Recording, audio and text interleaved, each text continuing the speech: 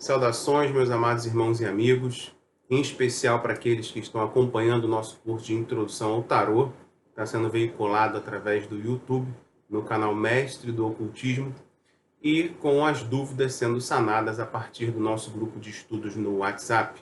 Eu convido vocês que ainda não participam das aulas a seguirem o canal, se inscreverem no canal, ativarem o sininho, curtirem, compartilharem os vídeos, uma forma de auxiliar na divulgação desse curso que está sendo veiculado de forma gratuita, disponibilizado de forma gratuita para todo buscador interessado nesse tema.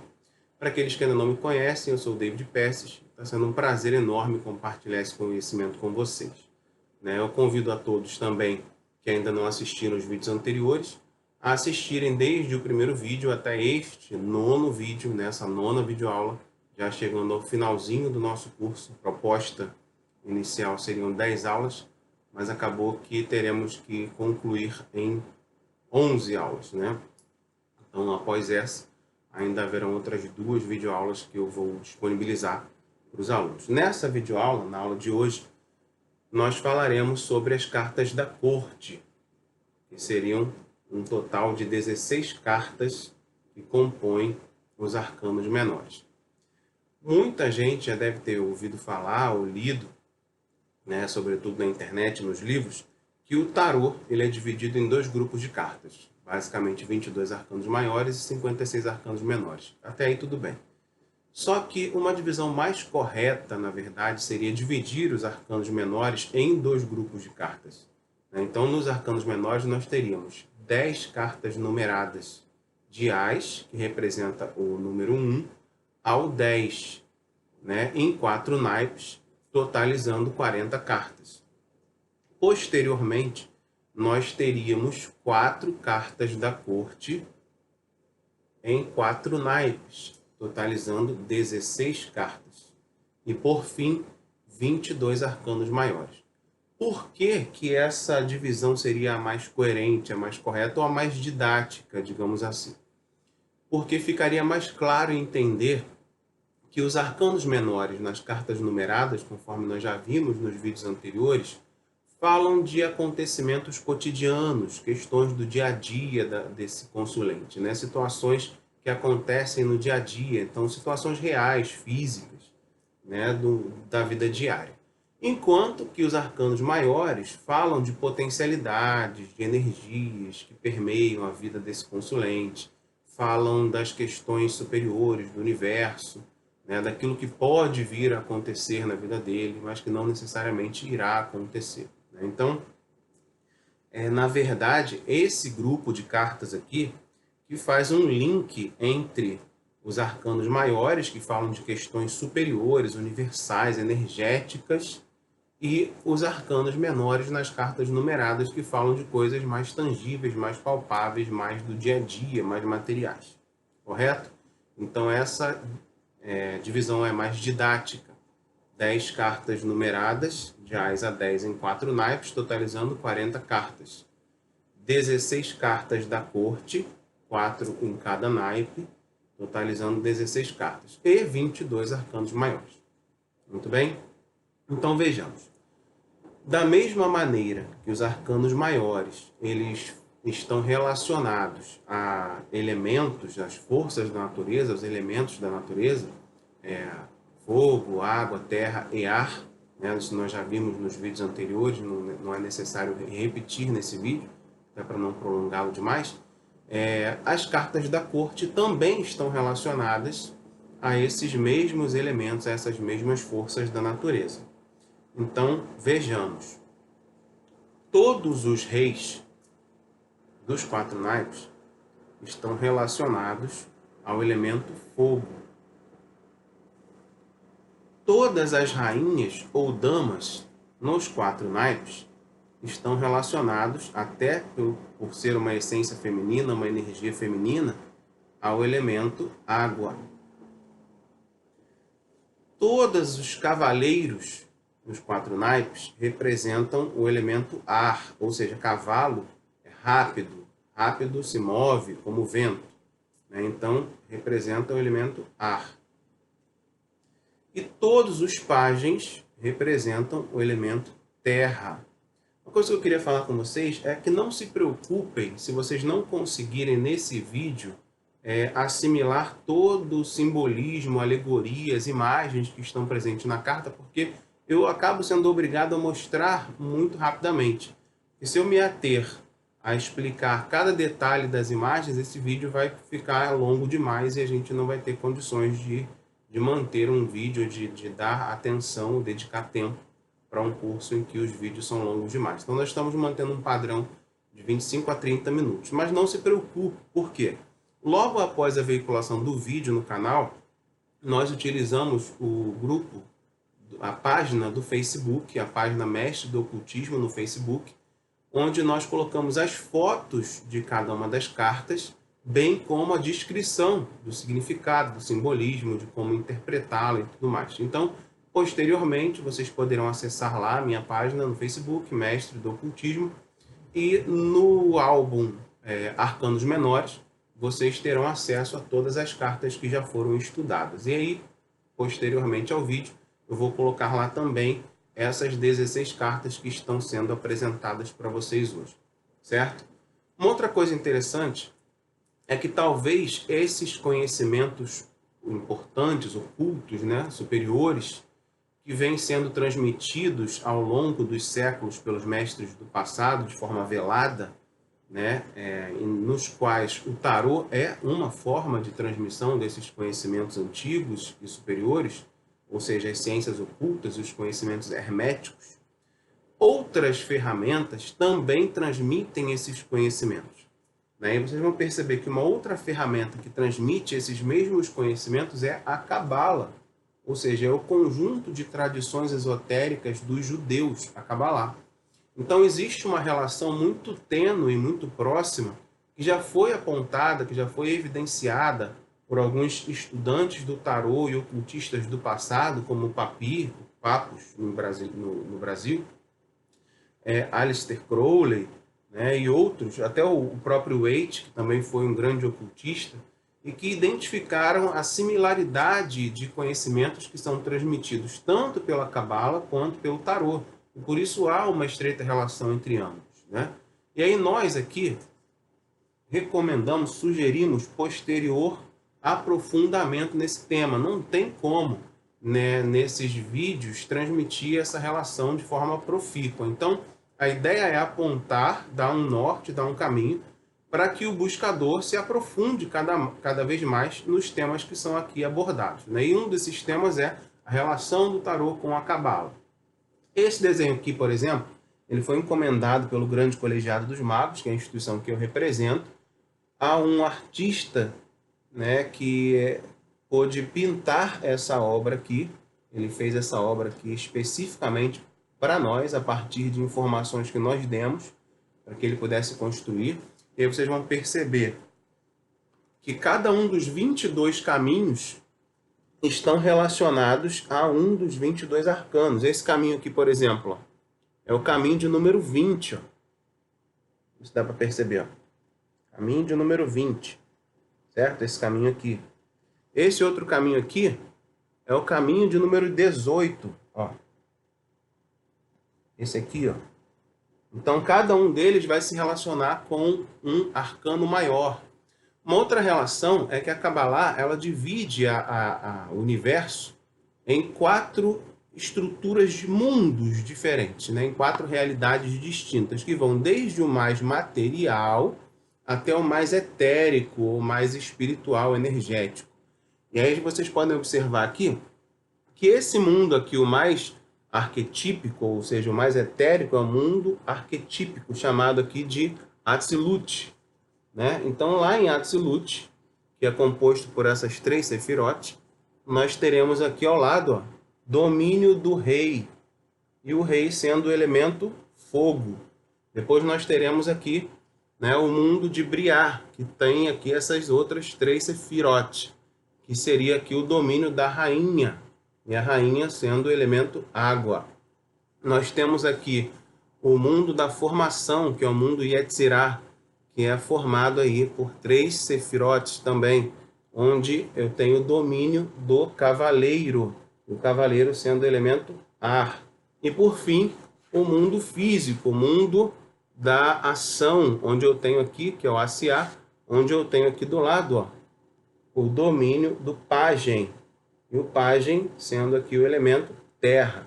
Então, eu encomendei esse desenho, na verdade eu dei as orientações para que o artista pintasse dessa maneira, porque esse desenho ele vai ser muito utilizado tanto nos cursos de tarô quanto nos cursos de magia, para explicar a estreita relação que existe entre a transmissão desse saber oculto que vem sendo transmitido de mestre a discípulo ao longo dos séculos. Que o tarô é também um meio de transmissão desses mesmos conhecimentos. Então se aprofundem, busquem um pouco mais acerca da relação do tarô com a cabala, ou seja, o tarô cabalístico. Inclusive eu tive a oportunidade de aprender mais sobre num curso que realizei, né, de tarô cabalístico lá na cidade do Porto, em Portugal. Queria até agradecer ao espaço Sinergia, espaço terapêutico Sinergia, que voluntariamente cedeu lá o espaço para que nós pudéssemos ter acesso a esse conhecimento. Então, eu recomendo que vocês se aprofundem e certamente vocês irão perceber que tudo, de alguma forma, está interligado.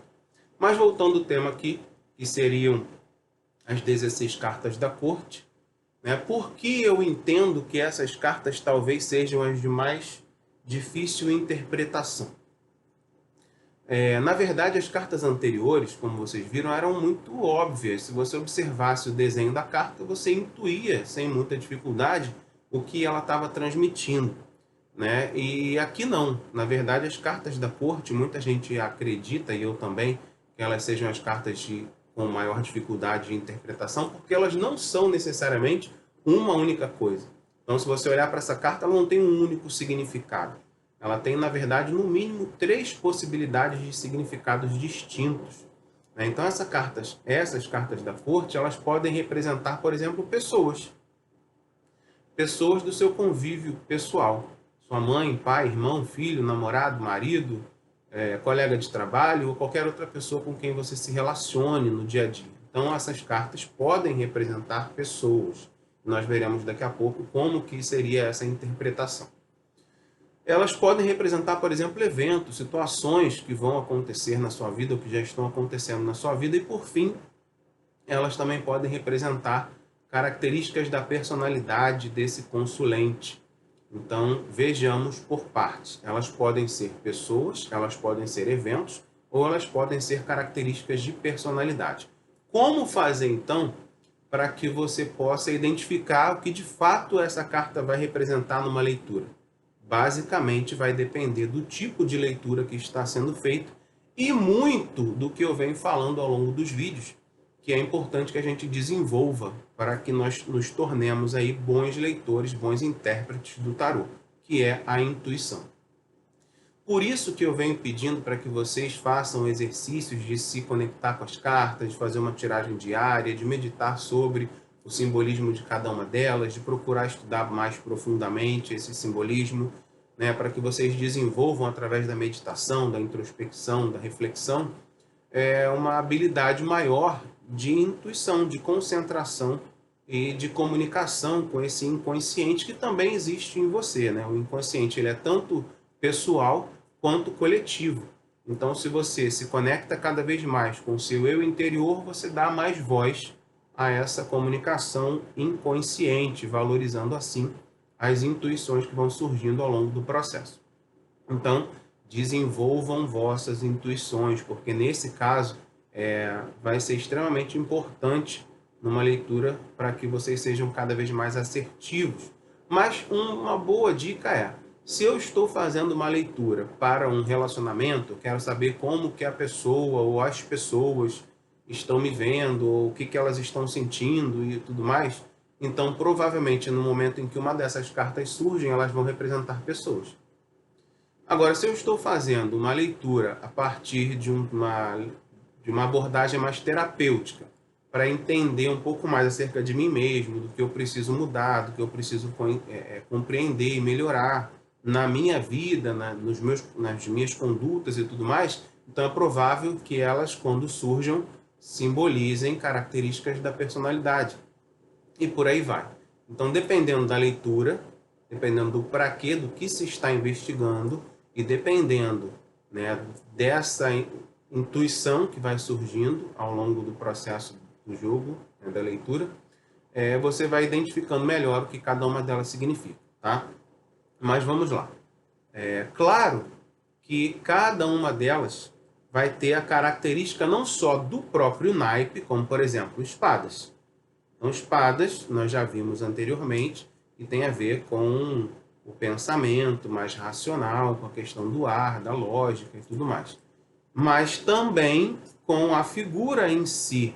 Ou seja, a rainha, independente de ser do naipe de espadas, ela sempre vai estar atrelada ao elemento água. Então, ela vai falar de emoções, de afetos, de relacionamentos, né? Pode representar uma pessoa e por aí vai.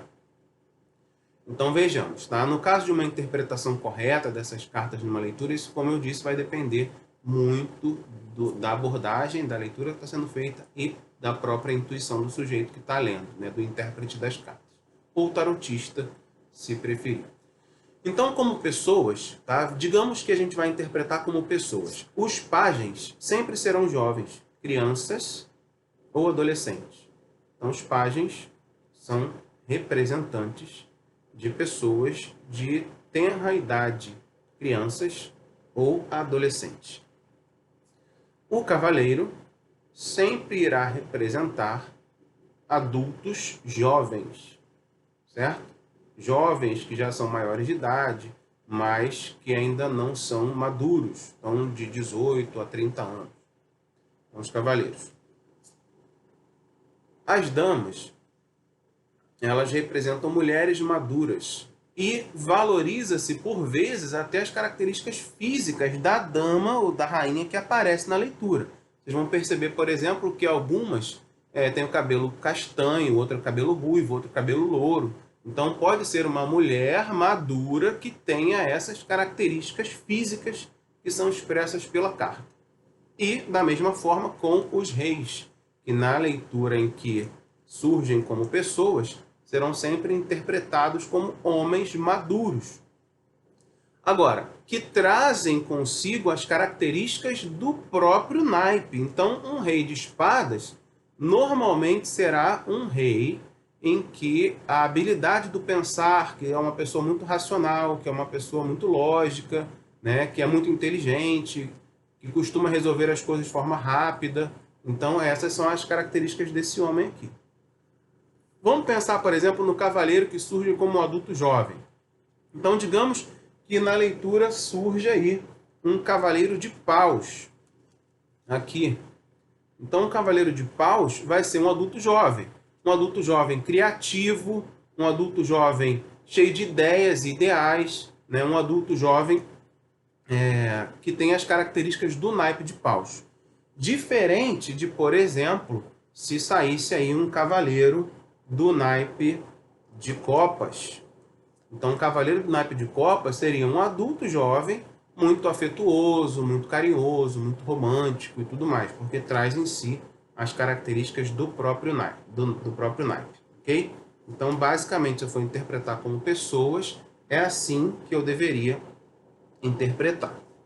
Agora, eles podem ser interpretados ainda como eventos, e como eventos nós teríamos também as características de cada fase da vida ou de cada situação referente ao elemento que o naipe representa. Então, levando em consideração os dois elementos, o elemento ativo e o elemento passivo. Porque esse aqui, por exemplo, é um pajem de espadas. Qual é o elemento de espadas? Não é o ar? Sim. Mas e o elemento do pajem, não é a terra? Sim. Então, ele tem dois elementos sendo expressos aqui nele. Então, enquanto evento, enquanto situação que pode acontecer na vida, essas duas características devem ser levadas em consideração. Agora, na maior parte das vezes, essas cartas elas representam características da personalidade do sujeito. Então, todas essas cartas elas seriam consideradas a esse terceiro grupo de cartas do tarô e, por vezes, elas são essa ponte, entre, como eu já disse, entre as cartas numeradas e as cartas dos arcanos maiores. e elas são interpretadas, na maior parte das vezes, como características pessoais do próprio consulente, né? Então, nesse caso aí, né, as cartas, por exemplo, do pajem, eles podem falar de atitudes infantis que esse indivíduo está tendo, né, e que está ligado efetivamente ao elemento que essa carta representa. Então, é possível que você já tenha ouvido falar que existam testes de personalidade ou modelos de personalidade que foram desenvolvidos ao longo dos séculos por filósofos e psicólogos, como, por exemplo, os gregos que acreditavam em 4 personalidades, a fleumática, a sanguínea e tudo mais, né? Nós temos também aí os tipos de personalidade que o psicólogo Carl Gustav Jung desenvolveu, né? E que basicamente são utilizados para caracterizar não necessariamente cada tipo de pessoa, porque uma pessoa pode ao longo da vida mudar a sua forma de agir, de pensar, né? Então, na verdade, personas seriam máscaras ou características que eu adquiro ao longo da vida, né? E é evidente que eu tenho um tipo de conduta como pai de família dentro de casa e um outro tipo de conduta como filho quando frequento a casa dos meus pais, né? Eu tenho uma conduta com a minha esposa e uma outra conduta com os meus pacientes ou alunos. Então, nós interpretamos papéis em diversos momentos da vida. E é exatamente dessas personas ou dessas personalidades que essas 16 cartas vão falar, né? Então, da mesma forma que Jung propôs vários tipos distintos de personalidade, o tarô também apresenta 16 tipos distintos de personalidade que podem estar sendo interpretados pelo consulente no momento da leitura. Então, partindo desse pressuposto, cada carta da corte representa uma persona, ou seja, uma máscara que a gente vai vestir com o passar do tempo e de acordo com os acontecimentos, certo? Para facilitar isso, a gente vai publicar lá depois, vocês vão poder interpretar melhor, entender melhor o que cada uma dessas cartas representam, tanto como pessoa, quanto evento, ou como personalidade. Mas basicamente é isso. Então, no momento em que uma carta da corte sair, entendam, ela pode estar se referindo a alguém, ela pode estar se referindo a uma ocasião, uma situação, ou ela pode estar se referindo a uma característica de personalidade desse consulente. Levem em consideração as características dos elementos que elas representam. Tanto o elemento ativo, que é o elemento do naipe dela, por exemplo, ouro, o elemento ativo é terra. Mas esse daqui é um rei. Então, ele está falando de fogo como elemento passivo. Então, esse rei de ouros aqui, ele é um indivíduo materialista, porque ele conquistou riqueza, poder, fartura e tudo mais, mas ele também tem em si o elemento fogo, ou seja, ele tem muitas ideias, ele é muito criativo, ele é muito comunicativo. Então, de certa forma, ele é o ápice da realização. A gente já falou aí, ou falaremos, né, mais especificamente lá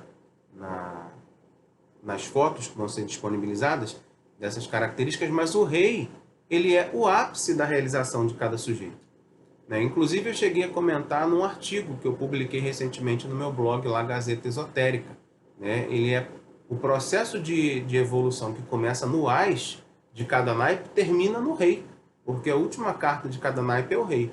Então, eu vou passar por todas aquelas adversidades, né, das jornadas de cada naipe, que termina no 10. Não, na verdade, não termina no 10. O rei é o ideal em que cada um vai se espelhar para seguir, para ser como tal. Então, ao longo do meu processo de envelhecimento, inclusive, eu vou deixar de ser um adolescente, vou me tornar um jovem, vou ter características que são do meu ânima, ou seja, se você for observar lá na teoria junguiana, você vai ver, em outras teorias também, que todo ser humano tem em si as duas essências, masculino e feminino. Ou seja, tanto a mulher possui os hormônios masculinos, que é o testosterona, quanto os homens possuem os hormônios femininos, que é o progesterona. Então, as energias yin e yang, elas estão presentes nos homens e nas mulheres. Né? Os chineses falam de yang, o Jung fala de ânimos e ânima. Então, essas duas energias, elas se manifestam nos homens. Como que você lida com as suas energias femininas? Né? No caso dos homens, que energias femininas são essas? Aquelas que têm mais a ver com as emoções, com os sentimentos. Né? E como que você lida com as energias masculinas? Que seria aquela que você age, né, de forma a ser mais racional, mais objetivo, mais metódico e tudo mais. Então, nós vamos passar por esse dualismo também na fase adulta. Né? Então, chegaremos em algum momento ao patamar ou não, né? Porque existirão pessoas que não chegarão a colocar em prática tudo aquilo que elas podem se tornar. Eu costumo dizer que nós nascemos com potencialidades para nos tornarmos reis dentro da nossa própria realidade. Mas nem todos irão desenvolver essas habilidades, nem todos chegarão a ocupar esse lugar, ou que essa posição que o rei representa. Mas é certo que a jornada, que começou lá no Ás, ela vai terminar no rei.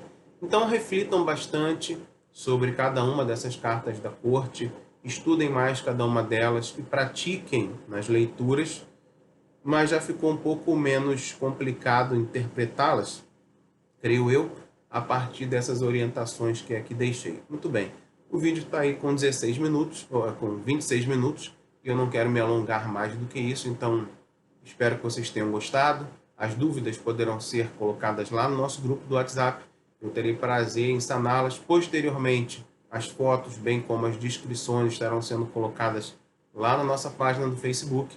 Inclusive, eu recomendo que vocês compartilhem o material, o conteúdo de lá, porque aquilo que abençoa a nossa vida, nós podemos compartilhar com aqueles que estão à nossa volta e também abençoá-los. Conhecimento não ocupa espaço. Um forte abraço para todos e até mais.